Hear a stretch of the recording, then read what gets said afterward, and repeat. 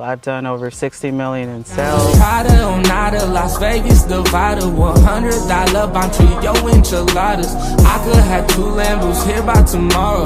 Always in Corsa. What up, boys and girls, men and women? Welcome back to the channel. Right now, we're gonna go meet with a gentleman by the name of Frankie. He owns multiple 8-figure clothing brands, made up to 60+ million. He's a first-generation American. His parents are immigrants, so he didn't have anything handed to him. He had to work for everything that he ever wanted. Going in circles, I thought I won't make it, felt like inferno. So we're gonna dive deep into his story. We're gonna get a crib tour, a car tour, and we're gonna know exactly how can one become as successful as Frankie, have multiple 8-figure brands. And also remember, guys, if there's anybody out there that wants to get mentored by millionaires, I got a community where you will get mentored by millionaires all online. Click the link in the description down below. Let's get the video started. This is like GTA in real life right here. You're living that GTA life, huh? A little bit. What's up, bro? I just put a body kit, forged carbon. Nice to officially meet you. What up, YouTube? People are seeing you for the first time. What's your name? Yeah. What do you do? I see some crazy whips here. I see a Venador. I don't even know. What is that? GTA, but we'll get into Okay, we'll get into that. I see the Cybertruck. So, guys, my name is Frankie Quiroz, serial entrepreneur. I'm mainly in the fashion and apparel space. So I've been building clothing brands since I was 15. Wow. 32 years old. I've done over 60 million in sales. The best year I've ever had was 2021, where I did 16.5 million. Nice, killing. I've been sued by Nike. What the? Settled about 7 months ago. That lawsuit went on for 2.5 years. Wow. Mainly started from literally nothing to selling t-shirts out of my trunk when I was 15. That's crazy. Started a brand, and that brand is over 10 years old now, and I mean, it bought me all these whips in this house. That's what's up, man. You already know how we do on SNEWJ'S. We want to dive deep into your story later, but let's check out these whips. Let's check out the crib. Let's start off with this right here. She said, run it back, say you like that. You already like the Venador. I mean, I've never been much of a Lambo guy. I've had like exotics in the past. Yeah. I bought my first exotic car in 2016. It was an Audi R8. Nice. And I still love it, bro. But to be honest, I'm more of like a classic JDM guy. Okay. So I don't have my JDM cars here, but I have my main brand is a JDM brand. The best way to describe it is like if Fast and the Furious had its own streetwear brand. Yeah. So it's all like the classic like tuner cars. Keep it in the So I'm into those cars, not really it. These cars, but these are like just cool toys to have. No, for sure. Wait, what kind of JDM cars do you have? Like, so I have an Acura NSX in 1992. Bro, I would have loved to see that. So it's a little hard to drive though. So it's And then what else do I have? I have a Wraith. Yeah. Oh shit. So it's that one's probably like one of my favorite cars. But these cars right here, I mean, the Lambo gets like a lot of attention. Oh yeah, most definitely. What year is this? So this is a 2012. I bought it cash though. Nice. I think like 2 years ago. How much? 280 grand. 280 grand. There's a long story with this one. Yeah, tell me more about this. I used to give away cars for Tuned in Tokyo, which is the brand I was just telling you about. Okay. And in 2020, I saw this car. I didn't know what the hell it was, and I wanted to give it away. Instead, we bought the new Supra. At the time, it was like full-on wide body. It was like 100 grand. And so I kept this one. I didn't know what to do with it, but this is called a Grulon GT8. This is crazy. Not so many are made, so it's a custom like kit car. Okay. It's basically a track car. It runs crazy. It is street legal. I bought it from like Florida, straight from Grulon. Wow. Yeah, so that's it's the brand Grulon? Yeah, it's Grulon. And I'm a car enthusiast, and I gotta get up to speed with this. But the crazy thing about it is this car doesn't even cost a lot. How much does it cost? I bought it for $80,000. It almost looks like a Koenigsegg. Yeah. Yeah, that's why I'm like, what is this? So the Cybertruck, I recently just, so I'm thinking about buying it, but I have a brand called Quiroz, which is my last name. Okay. I'm doing a photo shoot this week. This is my business partner's car, but we traded it. So he has my Wraith. Oh, okay, so, yeah, okay. This is my daily right here. This is the daily right here, okay. Yeah, so this one, I'm not the best driver, so this car right here is like the best fit for me. You could probably get this for like 40 grand right now. Look what you had done. Playing with my feelings got me thinking you the one. swear you're doing So this crib all of right here, this, just a what's the square footage? So I bought the house a little less than 2 years ago, right before the price hike. I got it for $800K. It's Nice. 2,400 square feet.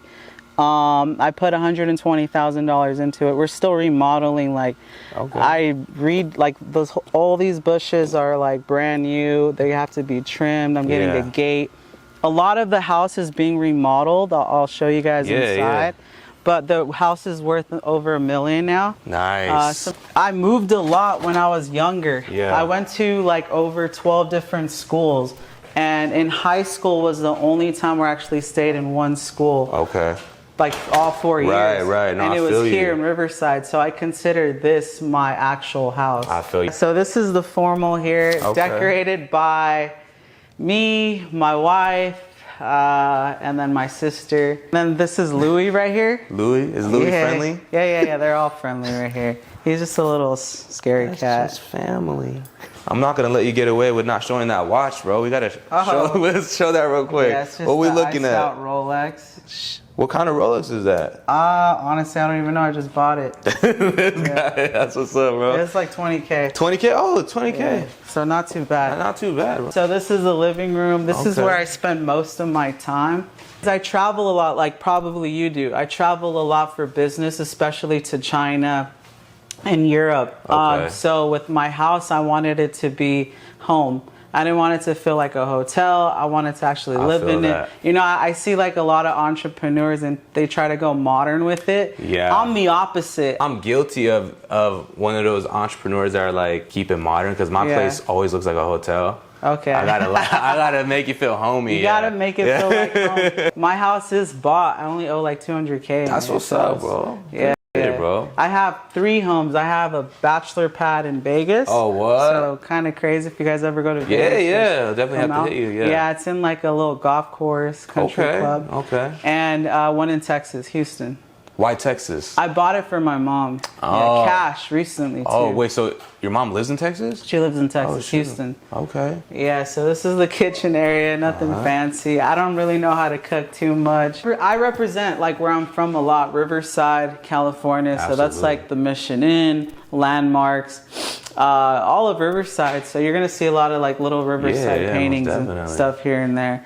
And then I brought this out just for you guys, fire. so you guys could see what I've done. Hell yeah. Remember, I own 7 different clothing brands, and they range from doing $200,000 a year to $10 million a year. Okay. So all of these are different. My favorite one is my last name. So I started this brand about 5 months ago. We've done over 200,000 in sales, and it's my last name. So basically, it's a designer brand because I've been in streetwear, fast fashion my whole life. This is Right. the first time where I'm actually doing a designer brand where Okay. I sell me, my last name, and what I love to wear versus like making it for other people. Yeah, no, I feel Yeah, that. I'm just coming out with it for Yeah. fall and winter. Yeah. So this is leather stitched, actual leather stitched. The inside, Oh it's yeah. red, big hoodie, so you could put it over. This is called the Thorn leather That bomber is here. sick. How much does a piece like this go for right now? Retail? 250. 250. Okay. So not too much. Not I too do much, want to yeah. be affordable still, but at the same time, Still be not, high end. Yeah. This one right here is called That's the his Thorn. style Yeah, right you here. already know. This is called the Thorn. I'm still naming them, but this one's going to be called Thorn Denim Bomber. All hand distressed. That's fire. You This wrote. is our star denim right here. Wow. I know you like. He likes that stuff. Where do you source these products from? Both Pakistan, India, and China. Mainly Okay, coming from okay. China. Sorry guys, a lot of this is I'll show fire. it all, bro. I want to Guys, see it. I hate plugging in I don't even want to plug in my, but this Look at stuff that. is, Hell I worked yeah. so hard for this. Guys, this is 15 years That's of like fire. experience. For instance, Americans are trying to sell to Europe, but they're shipping from America to Europe. Mm-hmm. So just to sell a t-shirt or ship a t-shirt to Europe, depending on where it's going, it could cost $15 to $25. And those I people see. out there are like, nah, I'm not about to spend $60, $50 on a shirt, plus an extra 15, plus taxes. It ain't worth it. That makes sense. So what I do is I make everything in China, or I make it in different areas and ship it to China. They store it and they ship it directly to my customers worldwide, and it costs just the same to ship it to America and to ship it to Europe. So that's game for you guys, because like, for instance, it costs $6 to ship a shirt to America, $6 to ship it to the UK, anywhere else, it's the same thing. Right. So I can do free worldwide shipping. That for the first time for this brand, and 70% of our sales are coming from Europe. That's actually really interesting, because it's like you have to establish a really good relationship with these places, because like for the most part, like if you're first starting, you would have to buy bulk inventory and get it sent to the US, and it's dude, costly, I got it down. Like, we want to know. I'll give you guys everything. This is the Q monogram right here. What? So I think the essence of the brand is trying to make runway fashion affordable. Gotcha. That's it. It's the one I've been telling you about. Tuned in Tokyo. This one changed my life. In 2015, I started this company, found a hole in the market, and it blew up, bro. There wasn't a streetwear brand for this community, and I embodied this JDM lifestyle. Sorry, it's not this one, but it's this one right here. So Tuned in Tokyo. So that's the brand, Tuned in Tokyo. Yeah. Okay. So essentially, it's like the whole racing vibe. There's a lot more affordable than like Kuro's for sure. And we've been around for 10 years. So this is the first brand? First 8-figure brand. Okay. What's the key to like 10 years plus of success, like to sustain that? Like how do you like stay on top of everything? A lot of people try to do organic, and they try to ride with like organic waves or go viral. I don't do that. I do a lot of controlled and forced marketing, meaning that my background is marketing. And so I run a lot of ads. We're really heavy on paid traffic. And so in order to sustain that at scale, you have to spend more money. So for instance, when you're running Facebook ads and you have like 1 million audience, right? A million size audience. Well, as you spend money, you're gonna go through that audience. But as you get to the very end, it costs more to acquire customers. So you could end up selling like a jersey and acquiring a customer for $40. Some people, they go negative when they do that. But we've sustained and controlled that cost because of not only logistics, but we bundled everything in a mystery box. So our average order value is around $150, and if we spend $40 to acquire a customer at scale, we're still making anywhere from $30 to $50 per order. And at scale, when you're doing hundreds of orders, you're profiting a lot of money too. So that's kept us alive for 10 years, and mystery boxes make up for 67% of our sales. That's what's up. What's the average ad spend you would say in like a month? It's hard because every brand is different. For let's just say for your first brand. For Tuned in Tokyo. Yeah, Tuned in Tokyo. I don't know. It could range depending on the month, but I've spent 100,000. I spent 200 grand. We try to keep it low, so just flexing ad costs is not like a good flex. For instance, for like some of my new brands that I'm launching right now, we'll spend 10 grand and we'll make 200,000. Yeah, so the less doing you spend, the hype drops. So it's not really the biggest flex to me right now, but we could spend anywhere from 100 to 200K. And we'll 3x that, so we could do 600 to 800,000 a month. So look, guys, we learned something today. Speaking about hype drops. So this is Park Friends, another brand that I have. So essentially, it's a theme park clothing brand, jersey company, where you can put your, I don't have the proper jersey, but you can put your custom last name here, whatever you want, and then you pick your number. And it's inspired by like theme parks, Universal, Marvel, Disney, parody versions of them. The second brand that I started that I got sued by Nike was called Drip Creations. And so I settled with Nike. Don't really even want to talk about that brand, but our biggest year was 16.5 million in 2021. So I'm starting a new shoe company that's being released like hopefully within a week or two. It's called Stormy. And in a way, it's kind of it's a little similar but different as far as the shoes go, but the same business model. So this is one of them. So it's called Stormy here, and it feels like quality. So these are blank here.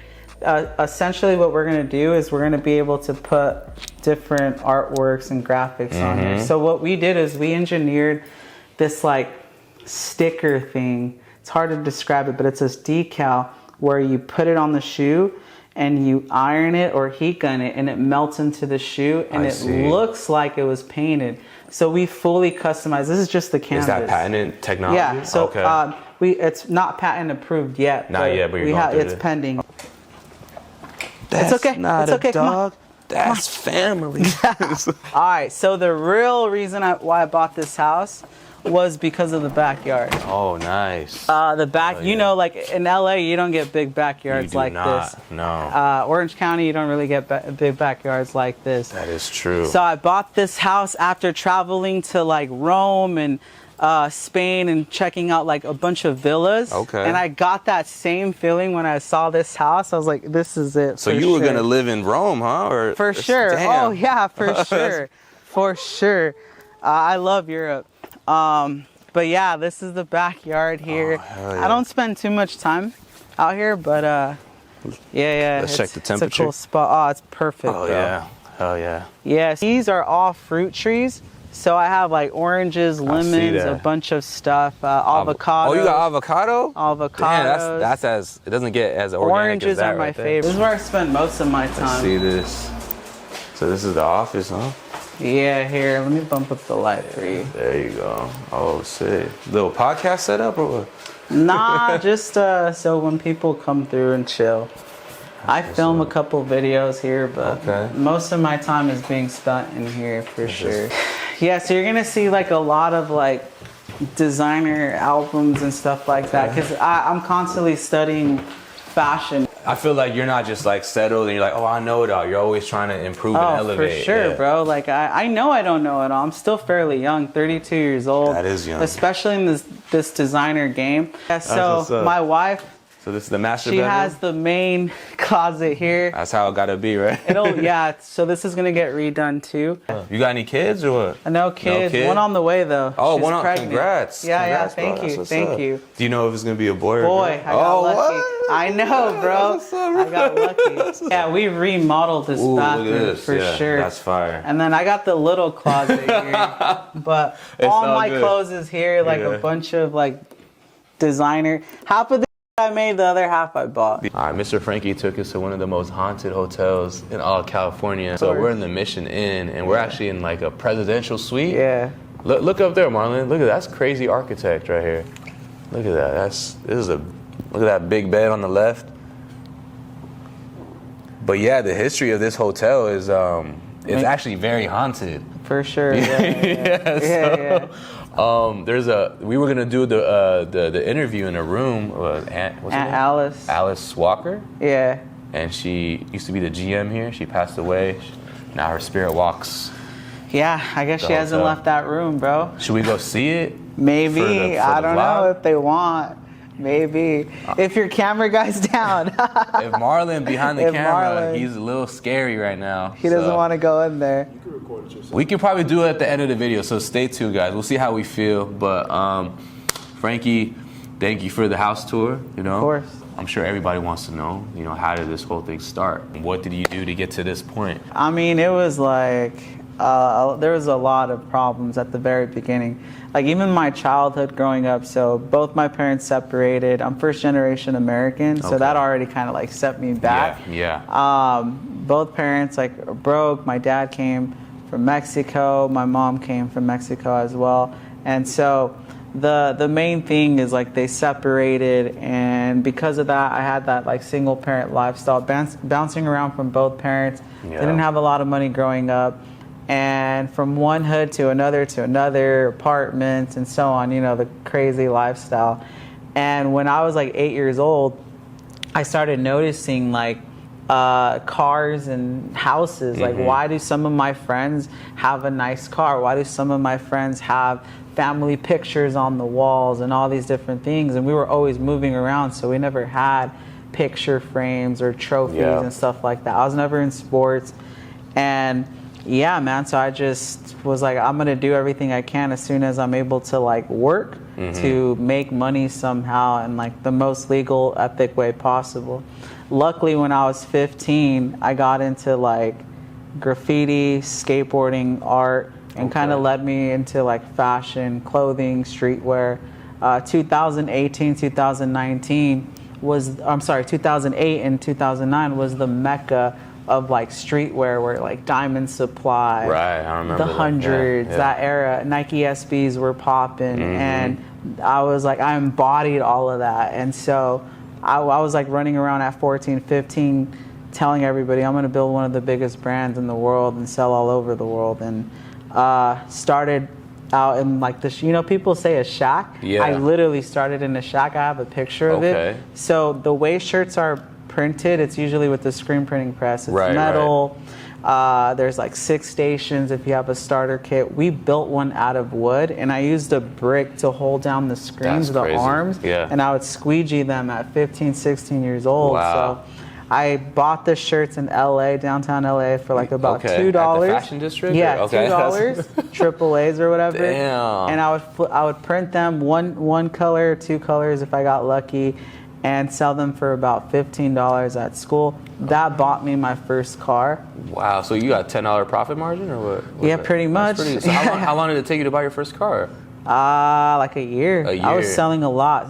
The whole soccer team, everyone was buying my. Just from your school? Dude, my high school principal started wearing like my clothes, and everybody else started wearing my and hoodies. I got my first and only job at SNEWJ'S Baseball. They heard that I was like doing a lot of stuff around Orange County, because I used to design music covers and freelance, like anything I could do to get money. And what age is this now? Like 17, 18 years old. Like about to graduate high school. Finally graduated high school, and I had a big buzz around that. I was like a really great graphic designer, and in like the underground hip-hop scene, everybody wanted graphics for their music, mixtape covers. And I don't know who referred me over to SNEWJ'S Baseball, but they basically hired me as a wardrobe assistant. And so I think I would start like working at SNEWJ'S Baseball like at 3 a.m. Get out like around 12 or 1 o'clock. When you say SNEWJ'S Baseball, you're talking about the MLB, right? SNEWJ'S Baseball. Okay, so go ahead. So that was my first and only job. And so while this is happening, I like made that brand that I started in high school official. So it's called Feather. That was like my first official clothing brand. And now I was getting like checks that were whatever, 300 to 500 maybe. Every, I don't know, week or however it works. I forget how it works. That's a lot for a 17-year-old. Yeah, I was like 18. At that time too. Yeah. That's just crazy. So I started having money, and now I'm like, okay, well I could do more than one color now. I could do 3 colors. I could do 5 colors. I could do cut and sew. And eventually, I think I was making maybe like $1,500 a month at SNEWJ'S Baseball. And I matched what I was selling on the side with SNEWJ'S Baseball, and I eventually just jumped ship and quit and went all in on my brand. And so the way I fundraised my first clothing brand is I did a lot of freelancing. I had an official job, and everyone was asking me like, well, where do you get all of your products made? And I would always refer people over to my manufacturers, and it eventually pushed my own production back. So I stopped doing that, and I told them, well, I'm starting my own apparel manufacturing business. So I became the broker of it, the middleman, and I would make like $3, $4 on top of every piece that I got charged. I talked to my factories. They told me that, they could give me better wholesale pricing. So we basically did a profit split. And that was crazy because that became a business on its own. And so I started making a lot of money doing that. Eventually, we bought our own machinery. So I bought my own screen printing machines, embroidery machines, and that started doing $700,000 a year. And that business funded Tuned in Tokyo, which was my first 8-figure brand. That business was giving you $700K a year.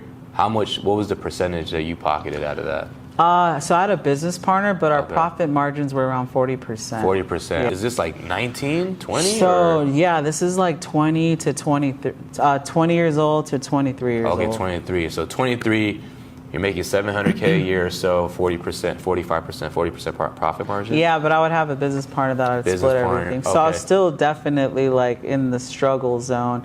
And eventually, like, I just made enough to just continue to fund my entire business. Okay. So we were never, like, any kid my age at the time would have taken that and splurged and gone crazy. True. Like most young people. But I was feeding my business every dollar I can give, like any dollar, any penny I can save to just feed it back into my operation. That's exactly what I did. I could hire more people. I could invest into more blanks or products that would eventually bring the cost down. I was always thinking long term and like way above than like what was in front of me. Basically, like just trying to see the future, trying to predict it. Yeah. And the only way I could get there is if I go all in. So I don't really care about my lifestyle looking cool or whatever. It was all about my brand, all about my businesses. But what gave you that mentality to like, hey, like were there people in your corner telling you, hey, invest in the brand, or is that something that you had to learn along the way? Like, if I do this will become X, Y, and Z. Like, what? Yeah. How did you get that mindset? I think I wanted it so bad that I was just like, it's by any means necessary. Okay. I don't care about how I look on social media. I don't care about my life in general. I was willing to die. Bro, I was literally willing to die for it. Yeah. I was willing to die. I was willing to give up my entire life for it. Like most people right now, like fitness is a big thing and health is a big thing. At the time, it wasn't as popular. And I was willing to just eat like go all in 24/7. And I fell in love with entrepreneurship. So it's been like 24/7 for me. Not really a big sports guy. So this is like, to me, this is kind of like my sport. Yeah. And so I didn't have like a mentor or nothing like that. I think it was just natural. Like I understood the value of $1 and I'm not going to go splurge it out. I'd rather continue to invest into this business that could potentially fund the dream. Because the dream was a clothing brand. The dream wasn't doing apparel manufacturing for other brands. No. Do you think that stems from like having immigrant parents? Maybe that's why you valued $1 so much? Yeah, I think so. Like, I was never like, I didn't have money growing up, but I definitely was like rich in like love and support from my parents. They 100%. Were for sure 100% supportive. Yeah, that's what's up. I think maybe that's what it was, and that's why I had a step ahead. Like, I feel like most people, you guys might grow up and your parents are giving you doubts. You can't do it. I don't know about this. You need to go to school. They were very supportive, but also I was kind of like the golden child. Like I just had big dreams, big ambitions, and I think they saw that early on. Yeah, because with my parents, they're immigrant parents too. Like my mom came from the Philippines, my dad came from Bangladesh, right? Yeah. So like the way that I valued $1 was because I think it stems from them, because like, you know, like they worked so hard to get to the country. And I'm like, okay, like now that I'm making good money, I'm like, I still value it. Like I'm like I'm not gonna just spend it all. Like before, and a lot of people know, before I bought like my supercars and whatnot, like I'm like, I have to make sure my parents are retired first. Yeah. Like that's like before, when I was younger, I would have been like, nah, like let me get stuff for myself. But that's good that you had it at a young age though. Yeah, like what you did is exactly what I did. In 2016, I bought my Audi R8. And before I bought that, I bought my mom a brand new car, my dad a brand new car, and I gave them $1,500 a month at the time. Yeah. So I made sure like they were okay, because I would have felt guilty if I bought a new car and they're still struggling. 100%, yeah, 100%. Immediately, they're the first people that I thought about. For sure, because without our parents, especially immigrant parents, we wouldn't even be in America, bro. Yeah. That's the crazy thing. 23, you're starting a new brand, right? Tuned in Tokyo. Tuned in Tokyo. Okay, how did this transition work? So at this time, we're doing like apparel manufacturing for a lot of local brands, and we're doing some pretty big numbers, but we're not in love with it. Like that is kind of still a job, because although it's my own business, it still felt like it because I was doing service for other people. The dream was to always have a clothing brand. And so what I did, the problem with Feather, why it wasn't really popping, it was kind of popping, but locally. I couldn't identify who my customer was. I see. Streetwear is too diverse. There's everyone and anyone can wear it, bro. Right. Surfers, skaters, hip hop heads, rock, like, doesn't really matter. It's so diverse, and I couldn't identify my customer. And, you know, I couldn't really afford crazy cars growing up. All I knew was Hondas and like that. Right. So the JDM scene kind of came naturally, this whole Tokyo Fast and the Furious vibe. I saw Tokyo fashion kind of like pop off too with streetwear. And so I built a brand around them. I turned Feather into Tuned in Tokyo, which was essentially supposed to be a Fast and the Furious streetwear brand for car enthusiasts. Yeah. And yeah, first year we did like 250,000 in sales, and we're like, whoa, we got something. Like, that's huge. I'm just trying to reverse engineer like how you did it. So you already had your factories in place already. Yeah, warehouse, everything. Warehouse, and but you had your own warehouse? Yeah. At the time? Okay, so you guys were making the shirts? Not making the shirts, but we were doing embroidery and screen printing. Okay, got you. And then were you guys shipping them? Oh yeah, we were shipping. Okay, for sure. Okay, now go ahead. My bad. I just wanted to understand. Yeah. So found a hole in the market. We did like 250K our first year in business, and then the following year, which was 2016, we did like 1.2 or 1.6 million. I forget. And it was like very high profits, 70% profits. Wow. We were doing meme page marketing at the time. So that's what I was going to ask you.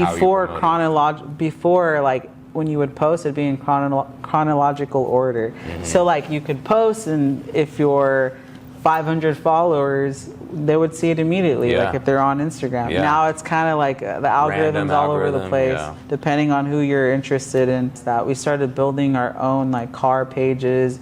Eventually we had around 500 car pages that we owned, and we were working with like another 1,000 car pages and just posting, cross-promoting, stuff like that. So it's all organic, huh? All organic, yeah. No ads. We didn't start running ads till 2017. Oh, so organic reach got you to 1.3 mil 2016. Yeah. That's pretty damn good. So bought my first car then, and then in 2017 it was game over, bro. We started doing like 3, 4, 5 million a year with the brand. We introduced mystery boxes, which I talked about at my house. And that was like a big deal. That was the big jump. Like that's what catapulted you to the next level. For sure. And I think we dominated the industry. We were the first brand of its kind. There was merch, like I love my BMW, I love all these different types of cars, like merch, but there was never a brand for our industry. And so we were one of the first ones. We're like the Nike of that. And so when you think about our niche, when you talk to any person that owns any JDM car and you tell them about Tuned in Tokyo, they know exactly who we are. We are their brand. We're their Nike. We're their essentials. When you jumped to that 3.4 mil range, you said you included the mystery box. Was there anything else that changed in your marketing? Ads, for sure. We started running ads in 2017. Mixed in with organic, mixed in with like all the meme page marketing. And ads kind of just took off from there. Ads on IG, Facebook ads. Which is both.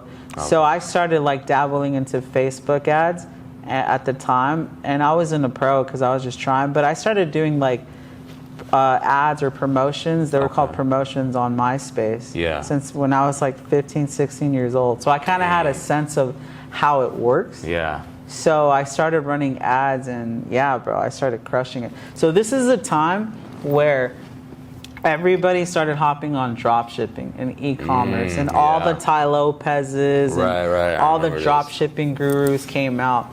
And it sucked because at this time, my brand is doing a few million a year, like less than 5 million a year. And I would hear about drop shippers traveling the world, laptop lifestyle, and they're 5 years younger than me. They're doing 2-3 million, and I just felt really jealous and envious at the time because I had a warehouse, I had staff, we were investing a lot of our money back into the brand, and I was essentially in the back cave. So I felt really jealous of them because they were living this life, getting like huge notoriety on YouTube while I'm working on this brand this whole entire time.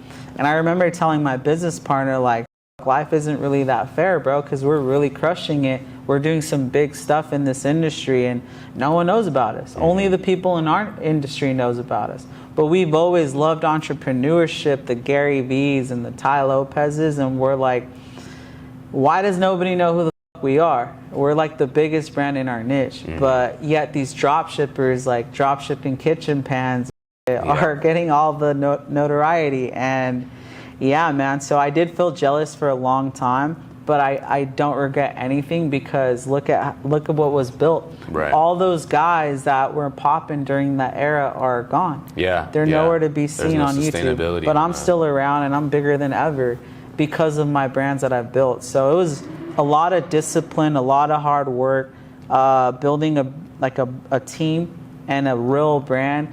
I always tell people a brand is what people talk about when you leave the room. What's the most amount that you guys made in total revenue? Over 60 million for sure. Okay. Yeah, over 60 million. Yeah. So in 2019, it's crazy, because like I'm running up a storm, bro. I'm going crazy with Tuned in Tokyo. Yeah. We built an empire. At this point, we're hosting like events, and thousands of people, bro, 8,000 people are showing up, paid, not free. That's paid crazy. to attend. Wow. You guys look up Tuned in Tokyo, Las Vegas, Tuned in Tokyo, SoCal on YouTube. I'm gonna look that up. Yeah, look that up, guys. Thousands of people, bro. Conversation on its own. It's giving back to the community, showing them some love, giving away cars and stuff like that. But in 2019, I'm having like the biggest year for Tuned in Tokyo. Okay.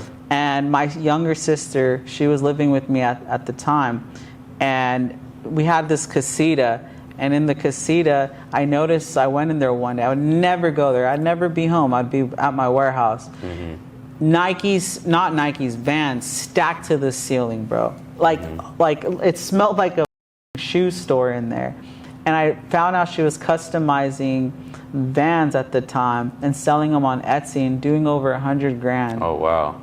And light bulb went off. I asked her, why haven't you told me about this? She's like, you're too busy. Like, I don't want to disturb you. Damn. You're already doing enough for us. Like, I don't want to get in the way of nothing. Yeah. And I was just like, I could turn this into a brand. What are you doing? Yeah. This is huge. Go back to my business partner and tell him, yo, bro, I got the next idea. And we were just talking about doing shoes.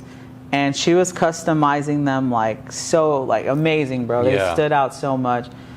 And that turned into Drip, which was our second 8-figure brand. So our first year in 2019, not even the full 12 months, I think it was like 8 months, 4.5 million in sales. Wow. Yeah. That's crazy. And every influencer on the planet was wearing our shoes. To be able to scale to the 8-figure brand, who exactly do you need on your team? So at the time, you definitely need a business partner if you're at that level. You can't do it on your own. Who is this business? What does he entail? Like, what does he do? So I'm the exact opposite of him. I'm on the creative side, the marketing side, sales. He handles operation, leadership, management. So that type of stuff, the hiring, the firing. Naturally, he's more of a numbers guy. I'm more of, I know where the money's at. I know how to bring in the money, and I know how our brand should look, and I know what we should release, the products. So there's always 4 roles in every startup, mandatory roles, but that doesn't mean there has to be 4 people. The first one is obviously the CEO. Yeah. Somebody with like the vision that had the idea in the first place. The second one is a CMO, because you need somebody to like bring that vision in front of everyone. Attention, eyeballs, stuff like that. Yeah. The third one is the COO, which is like the person in charge of the entire operation, the staff, the team, making sure the customers get their order on a logistic level. The fourth one that everyone forgets is a creative director. And this is why a lot of brands don't look cool. They don't look dope. Everyone, whether you're in whatever, financing, funding, any type of business, you're gonna look like everyone else if you don't have a creative director. And so every single company I've always started, I'm either the creative director or I have one on the team. And this could be split between 2, 3, 4 people. So those are the 4 essential roles that I start every company with. And we had that for Tune, and so I brought it into Drip. And Eileen, my younger sister, she was a creative director for Drip. Okay. So she was coming up with all the ideas of products. I was the CMO, so bringing it to life. And my business partner was the CEO and COO. So essentially, like, we were sharing CEO in a way, but he was definitely the CEO, managing everything. Okay. So I'm naturally not a good leader, like manager. Yeah. So just focus on your strengths is kind of what you're saying. For sure. How do you your business partner right now, currently, the one that you have a lot of success with, is that someone that you're friends with before? Is that someone that you met? Is that someone that you hired? Like, how does that even work? We weren't friends before, but we met through mutual friends. Okay, and was he doing something? Yeah, he was trying to start his own clothing brand, and I was designing for it. So I realized that he was like great with business and numbers. Yeah. And I was good at everything else. So that's crazy. So you guys started from ground zero together. Yeah, for sure, bro. Like, this crazy. guy's story is its own. Like, he was in prison, and dad died, and like a whole thing. Yeah. Damn. So we both come from like a similar background, for sure. That's what's up, bro. So 2019, it's the craziest year because we have a multiple 7-figure brand tuned in Tokyo. Yeah. And now we just built another one that is doing almost around the same as tuned in Tokyo. So we hit our first 10 million in 1 year in 2019, and it changed our lives because we have the same staff, same overhead, but now we have an extra 4.5 million coming through our building. Yeah. And it was game over from there. 2020, I remember, okay, so right after that, we looked into a warehouse. So we went from an 8,000 square foot warehouse to a 30,000 square foot warehouse in 2020. Warehouse, It was stupid we got this warehouse, and COVID came like literally right after, bro. Yeah. After we signed the lease, we decked it out. We invested like 200 grand into the operation. Ceiling fans that were like 50K each. AC for the back warehouse. Like, we're talking about hundreds of thousands invested, bro. And 2020, I remember calling my business partner and telling him we're because nobody is going to buy shoes or clothes during this like pandemic. No one, everyone's thinking about their health, whether they're gonna die or not, and I couldn't be more wrong. Everyone started. It was the best. Yeah, that's crazy. It was the best year, especially like, I guess Americans don't have priorities, right, bro? Yeah, I think Drip did like over 10 million. Wow. Now you don't have a warehouse. You have your, as we were talking earlier, you have your warehouses or China's handling it, for example, or whoever you have relationships with, and all you gotta do is just do the creative side. And what's your duties now? So right now in my current situation, I have like warehouses, but they're in another country. Right. So it's cool because it's two things. It's a factory and it's a logistics company. So my factory makes everything in different countries, but they ship it directly to my logistics company out there. And the beautiful part about working in China is that they don't charge me storage fees because I have so much business flowing through them. They don't care whether products are sitting there or not. Unlike here, like, I've had 3PLs here where they charge me thousands of dollars every month for products that aren't even selling. They're just sitting there. Yeah. So I have zero storage fees, and it opened up that worldwide market that I wasn't able to do before. So it's huge, bro. Yeah, no, for sure. That's hella huge. And I get to travel all over the world. I could work wherever the I want, and I can hire people from anywhere in the world, which is a lot cheaper. Like, my highest employee right now that works for me gets $7,000, but he should get like $30,000. Yeah, $7,000 a month. A month, and he's from Turkey. Oh, wow. So he's living like a king. If you're making $7,000 a month, I think doctors make like $3,000 out there a month. Yeah, the living expenses are way less for sure. Yeah, but you're totally virtual now. So for sure. Yeah, that's what's up, bro. Bro, like, my shipper would make $4,500 in California. What would you say is your 3 keys to hyper success? You have to have an average order value of 100 or more. Guaranteed. If you're stuck on selling t-shirts and hoodies that are under 100, you're always going to fail because the cost to acquire customers is too high at scale. You might get lucky at the beginning the first year because you're not really scaling. But once you get into the past $3 million a year mark, it's going to cost a lot to acquire customers. Gosh, so over $100. For sure, average order value. The second one would definitely be understand like digital psychology and marketing. You have to understand like the marketing behind, the content, the products, because you could have the dopest products in the world, and some people do. They just don't know how to market it. They don't know how to bring it in front of people. And I'm really good at that. That's definitely been my God's gift for sure. Yeah. And so people need to understand that you can't just rely on organic, or you can't just rely on one thing. You have to do it all. Multiple. Everything. Okay. The third thing is definitely identifying who you're selling to. So something that you're going to realize throughout the last 15 years I've been doing this is I rarely wear any of my stuff. It's very rare because I've never made it for me. I've always made it for them. That's because I think I heard this somewhere where someone was saying oh, we don't wear the clothes that we sell because it's not for us, it's for our audience. Well, that's I've lived by that forever. I just didn't make it for me. I made it for them. Yeah.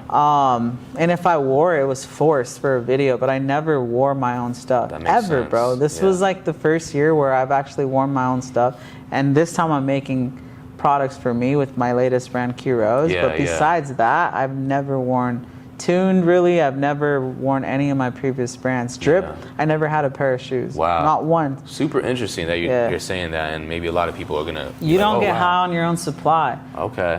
Especially with fast fashion streetwear brands, don't get high on your own supply. Those are huge things. You have to learn marketing. You have to have an average order value of over 100, and you can't get high on your own supply. Make products for that community that you're selling to. Yeah. Or else no one's gonna buy it. Your friends and family. That's Bro, great most advice. people that start a brand, the first thing they default to is their logo. No one knows who the you are at the beginning. And if you're not famous, if you're not some rapper that's slapping a logo on their shirt, no one's gonna buy it. And then how long is that gonna last? We've seen the Tygas with the Last Kings. We've seen all those brands go up and they go down when they go down with it. So when you say the average customer should spend over $100 for you to hit, 8 figures or so, it could be for anything, not just clothing? Anything. So check this out. So if you're talking about $100 ticket price, right? Well, I try to spend no less, or I'm sorry, it's usually marketing cost is about 30%. 30 to 33% automatically. Try to keep it at 25, so it's 1/4. But naturally, you're just gonna do 33%. I see. That's safe. That's definitely safe. You don't want to pass that. Profit margins, you want to be at 70%. 70%. Okay. So if it's $100, and your profit margins are 70%, and you're spending 33, or let's say 30% in this case, so $30 on marketing. Out of that 70, well, you're left with 70 now. But product cost is the other 32.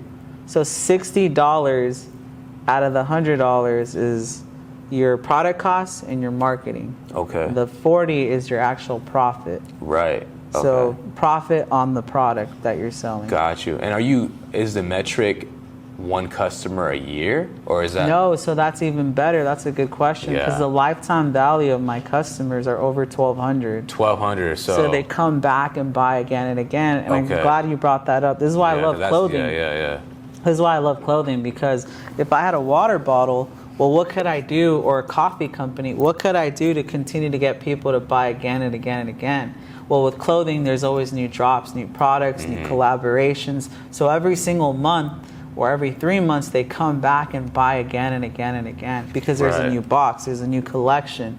And so the lifetime value of my customer, the average lifetime value is over 1,200. So 1,200 lifetime. So they're coming back 8 to 10 times over the time. Yeah. Okay, so that's kind of another metric you could use is 1,200 or so lifetime per customer. So if you're really analytical, like we have been with Tune, well, we're okay with going negative in the front end, because they're in our customer list, so they're going to get hit with new emails, new SMS every month, that eventually they're going to come back and buy. Yeah. So we might have lost money on the front end in some cases, but on purchase number 2 or 3, we're profitable. Right, exactly. It's at scale. Okay. It's like the reoccurring model that a lot of people do with subscription-based businesses.